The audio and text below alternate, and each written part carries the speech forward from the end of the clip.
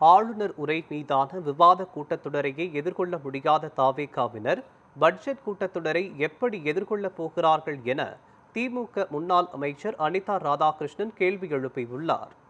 முன்னாள் முதல்வர் கருணாநிதியின் 103வது பிறந்த நாளை முன்னிட்டு தூத்துக்குடி தெற்கு மாவட்ட திமுக சார்பில் தூத்துக்குடி மாவட்டம் ஆத்தூரில் பிறந்தநாள் பொதுக்கூட்டம் மற்றும் நலத்திட்ட உதவிகள் வழங்கும் நிகழ்ச்சி நடைபெற்றது.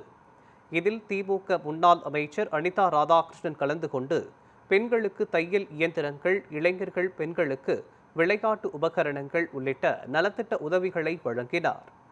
இதைத் தொடர்ந்து பேசிய அவர், உள்ளாட்சி தேர்தலில் தூத்துக்குடி மாவட்டத்தில் ஒரு இடத்தை கூட தாவேகாவினர் வெல்ல முடியாது என்றும், உள்ளாட்சி மன்ற தேர்தலில் தாவேகாவினரை நமது திமுக தொண்டர்கள் ஓட ஓட விரட்டப் போகிறார்கள் என்றும் தெரிவித்தார். இன்னைக்கு கவர்னர் உரையிலே இந்த பாடம் சொன்னா, அடுத்து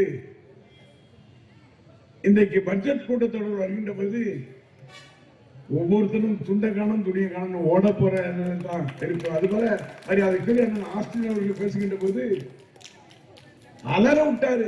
தூத்துக்குடி தெற்கு மாவட்டத்தில் இருக்கின்ற உள்ளாட்சி மன்ற தேர்தலில் ஒரு தொகுதியில நீ ஜெயிச்சிருவியா? நீ ஏறல ஜெயிச்சிருவியா? இல்ல ஆழ்வாத்தினரி சேர்மன் நீ எடுத்துருவியா? உடங்குடி சேர்மன் நீ எடுப்பியா? திருச்செந்தூர் சேர்மன் எடுப்பியா? திருச்செந்தூர் நகராட்சியுடைய தலைவரை எடுப்பியா? என்னை பாதுகாத்த காயமா நகருடைய அந்த பகுதியை நீ எடுப்பியா?